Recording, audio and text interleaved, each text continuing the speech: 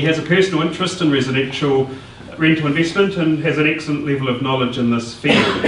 So he can advise on things like issues regarding loan structuring, which is very important, and ownership entities. I won't steal Craig's thunder, but please welcome Craig Seton from Mortgage.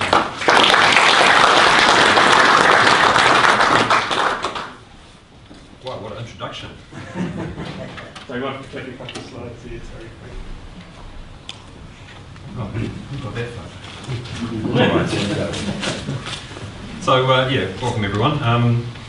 So feel free to ask questions, but I think we'll have plenty of time for that. So firstly, I'll just go through a little bit about what Mortgage Link's about, but I won't spend too much time on that, and then we'll just get into some information about lending criteria. There's been a lot of changes over the last 6 months in lending criteria relating to rental properties. So the world has changed a lot in that. Run a quick example on using your equity to buy a rental property. So everyone's circumstances is quite different, but we'll just run some basic ideas on that. So our company's been around since 1987, and it's one of the first mortgage advisor companies in New Zealand. We have 4 advisors based in Palmerston North. All of us have had considerable experience.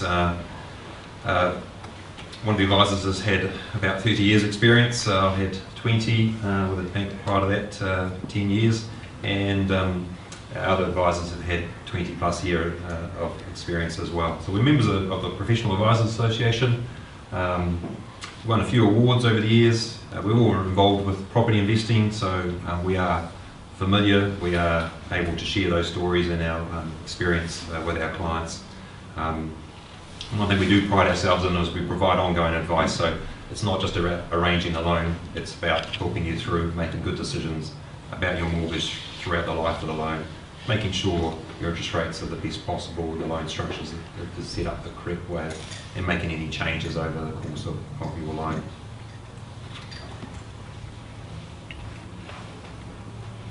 Alright, so October last year, the Reserve Bank in its wisdom introduced an LVR restriction across rental investment loans and any home loan. Prior to that 1st of October change, the Auckland market was the market that was scaled back to a maximum deposit of minimum deposit of 30%, maximum loan of 70%. So anything in the Auckland sort of coastal area, you had to have a 30% deposit for. And the rest of the country was left alone with requiring no more than 20% deposit. Obviously the housing market has been running red hot, not just in Auckland, it's spilled over to most provincial areas. So the Reserve Bank decided prior to the 1st of October to introduce these restrictions. These restrictions have thrown a bit of a cat among the pigeons a little bit, because we have been used to being able to borrow easily up to 80% of rental investment properties, and over my years we've seen the ability to borrow with a 5% deposit, 10% deposit, and now that's completely changed. The rationale behind it is to obviously curb the housing crisis or booming that we're having at the moment. We obviously blame our big brothers in Auckland and Wellington and Christchurch for causing this housing bubble, but we are tarred with the same brush. We all have the same rules to apply. So it definitely has had an effect on the market. I think we're all vouch that investor loans and clients are fewer and far between. First home buyers are probably the ones out there in more numbers than rental investor clients. So the fact that you need to have 20% equity or the ability to borrow up to 40% of your existing home does change the dynamics quite a lot. However, there are some options to borrow up to 80%. So any new build house is exempt from having a 40% deposit requirement. So if you want to build yourself a rental investment property or buy something brand new that's within 6 months of its code of compliance and has not been lived in prior, is exempt from the requirements to have a 40% deposit. So there is possibilities to not need such a big deposit, and that could be other lenders as well. So there are some non-bank lenders that are not caught up on in the Reserve Bank rules. So they would be like credit unions or some finance companies, and they will go up to 80%. They are a little bit limited on what they can do, so they won't do a rental investor who's got 10 rental properties. They're more in a sort of a 1 to 3 rental property purchase scenario, sort of mum and dad investors who want to enter the market and buy maybe 1 to 2 to 3 sort of properties. So there is a niche there. The interest rates on those loans are probably at least 1% higher than you'd expect to pay perhaps at a mainstream bank. But they have got some people into a rental property that wouldn't otherwise have done that. So I think one thing with rental lending is it's pretty common across pretty much all the banks and lenders is they will use 75% of rental income. They take 25% off for non-occupancy rates, insurances, so it's a pretty simple calculation. So if you needed to service your debt to qualify for a loan, your rental income is obviously important and is used as a calculation to afford your loan. Slide before. So your existing home, the bank or lender you're with will scale your lending on that up to 80%. So in this quick example, if someone had a $400,000 home and a $200,000 mortgage on it, there's still $120,000 worth of equity they could leverage to borrow without actually having to physically put any cash in. So if you do the numbers on that, a 40% deposit using $120,000 as your deposit could buy your rental property up to $300,000. So it's a pretty simplistic example, but what we have noticed is although these deposit requirements are hurting, that the growth in value of people's properties are really helping perhaps bridge some of that gap. So a lot of people are very surprised on what their homes are truly worth. They look at the rateable value and are a little bit too blinded by that, and we all know they're a pretty low benchmark on value. So it's worth considering getting a valuation, appraisal then evaluation maybe. Banks unfortunately prefer the valuation method than appraisals, but it's a good start. They will do electronic evaluation sometimes to see whether it'll fit on that. It's a sort of a way to avoid having to pay a full valuation. Where it can sometimes be a little bit difficult is if someone already has rental properties and they may have borrowed up to 80% to get those properties. So if they've got 2 or 3 rental properties in their home, the numbers at 60% versus what they were used to borrowing 80% can throw a huge spanner in the works. And it can really mean that they're perhaps well and truly over that 60% margin at the moment, and it can hold you back. There's no doubt about it. But again, checking the values on those properties may mean it's not quite as bad as it looks when you first look at it.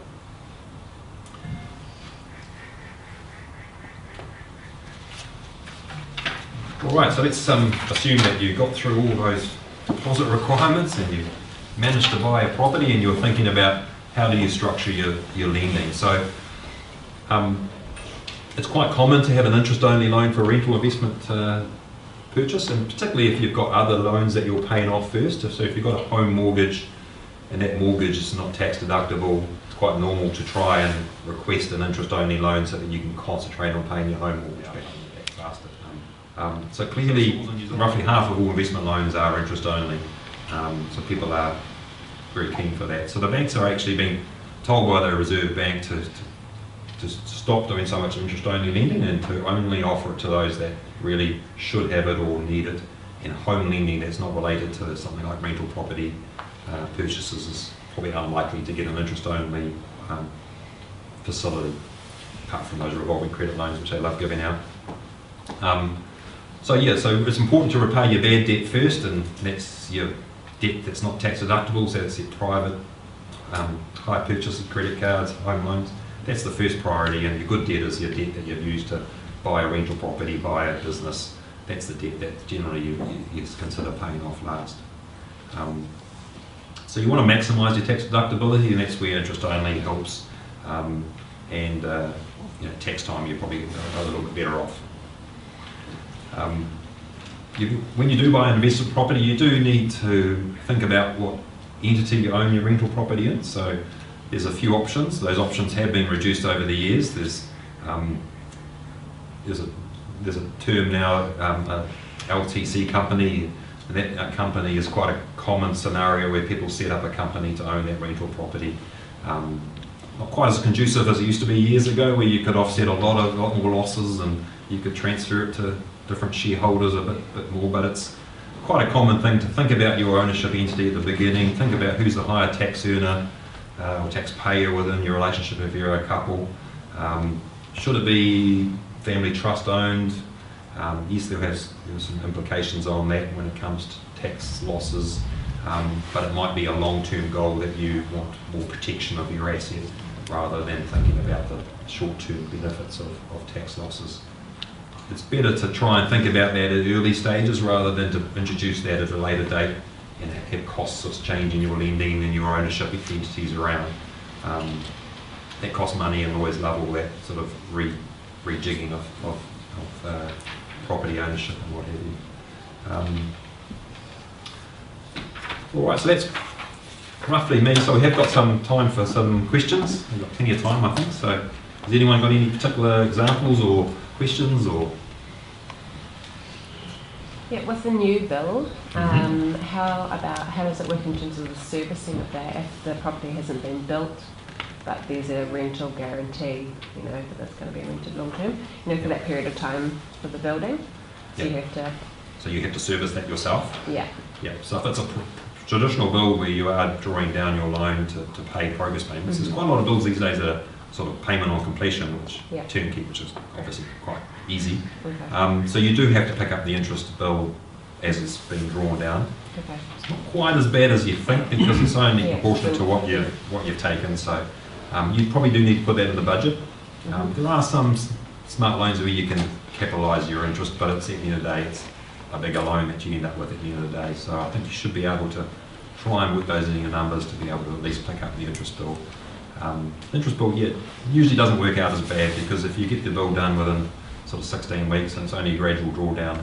You don't think that market is overinflated, do you, or what's your feelings around that? Well, Auckland market feels overinflated. I just spoke to someone today trying to buy in Tauranga and their rateable value was 441 and he was thinking he was going to pay 700,000-800,000 for the property.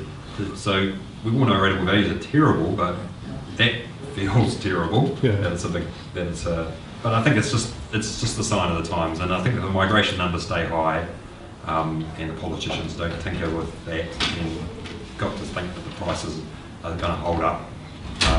Auckland's 3 times the value of our market. You've got if you're investing locally, I don't feel concerned at all about our local market. Agreed. Replacement value, buying the land, trying to build the house that you just bought that was for 320,000. You can't replace it if you had to rebuild. Auckland, buy a $1.5 million property, it's a shack on a piece of dirt. Of course you can replace that, easily or under 1.5. However, it is pretty hard to get into a situation where yours is the only offer, but that is something to consider.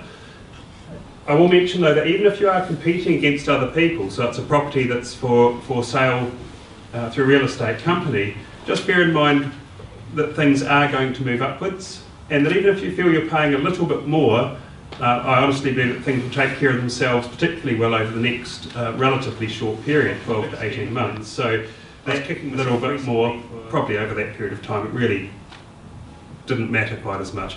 Investors will always tell you buy as low as possible. Of course, it's absolutely correct. And if you own an investment property for a long term, you sell it when the market's as high as possible. That goes without say. You can a lot of the work can be done for you by doing that. But I just wanted to say that even though we're in a market that's moving upwards and that you may be competing, don't think from the one or two of the extreme examples that we find that that's in every case, because it's not.